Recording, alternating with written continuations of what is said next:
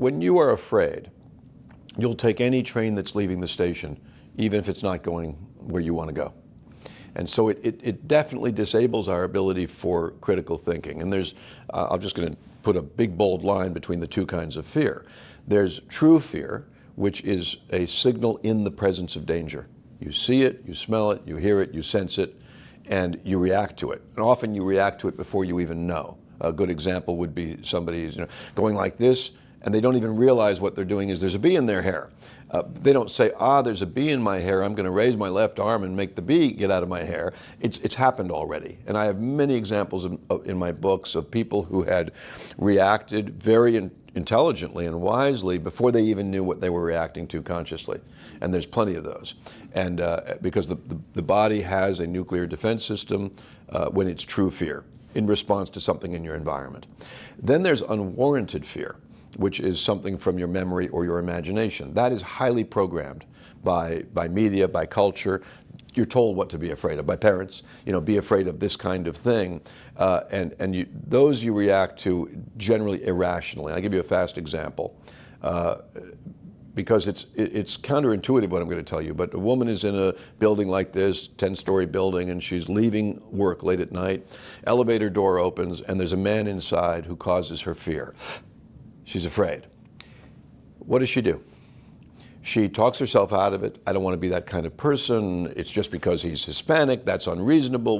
Because of the way he's dressed, that's unreasonable. And she gets into a steel soundproof chamber with someone she's afraid of. So there's not an animal in nature that would even consider that. So that's the other side of this equation, which is that we will override what we should actually be afraid of. And I'll posit an example here. Should we be more afraid of COVID, a virus that has statistically a 0% chance of having any consequential effect on our children unless they're already sick, but on healthy children, 0% chance of death, for example. Even my age and my health, I'm 68, but I'm healthy. I went through COVID as you did and everybody in this building did, and it just wasn't that big a deal. I'm not saying it wasn't a big deal for older people. Fear is a very unusual way that once you break the nature of it, nature being the animal, the antelope, here's that twig break in Africa, it does not say, it's probably nothing. It runs right away and then determines later on if it was worthwhile, if it was a lion or it wasn't a lion. But what the antelope doesn't do is that I say, let me tell you a story about a lion.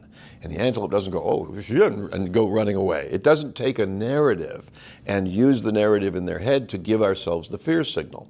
Very quick thing is that when it is true fear, we get adrenaline, for example. That's the famous hormone. The less famous hormone is the brain chemical cortisol. And cortisol prepares the body for combat. It sends blood to the arms and the legs. It hardens the muscles. And it causes the blood to clot more quickly in case I'm stabbed or opened up in some way. And that's a great, wonderful, resource to have. The problem is it's toxic. And so if you stay in cortisol, because there's another news story, because there's another, look, there's a picture of refrigerated trucks holding bodies down at the hospital. Well, I asked people, did you think those refrigerated trucks were built for COVID, or did they already exist? Weren't they used in 2017 for the flu pandemic that year, epidemic rather that year? Meaning these are not new things, but all put together in a narrative for us. The trucks at the hospital and the deaths and the old people and the this and the that. It's terrifying. And we'll accept information and trigger the cortisol. And then the cortisol makes you nearly irrational. It's prepared the physical body for combat, but when combat doesn't come, it's very bad for you, toxic. If you live in fear, as many people do in wartime, they live in fear, and it's bad for you. And it's certainly bad for critical thinking. So the herd reacts in highly predictable ways, and individuals, what we ought to be is skeptical all the time, right? Skeptical of government. Carl Sagan, a great scientist, said that the framers of the Constitution wanted us to be well-informed population and skeptical, and if we're not, then we are subject, then the government controls us instead of us controlling the government. His last interview before he died. I think there's an unusually large number of people in our society that are aware that something has gone wrong, which is the only way that such things get fixed. If you're not aware of it, how can you possibly deal with it, right? Which is, I find it actually profoundly hopeful in a way. And also just the fact that and this is, I think this is helpful in promoting, and helping people understand that something is really wrong, is that sort of the experts or the authorities were so obviously wrong on so many things. It almost became, it's very hard to imagine things where they weren't wrong. It's odd, actually. Yeah. Have you thought about that? Sure. They're bizarrely mostly wrong, right? Yes, but they have a resource available to them, which is being authority figures. Many people in all countries and throughout history respond to authority figures. We're kind of built that way. I want to say two things that are hopeful, since I said all of these things that are less hopeful. One of them is that there is a population, a subgroup inside all populations who are skeptical of authority. You could say it seems to be a third of the people who look at pronouncements and ask questions and are resistant and are not compliant. And we've had in this last 3 years, it was compliance, not science, that was being asked of us. Comply, comply, comply.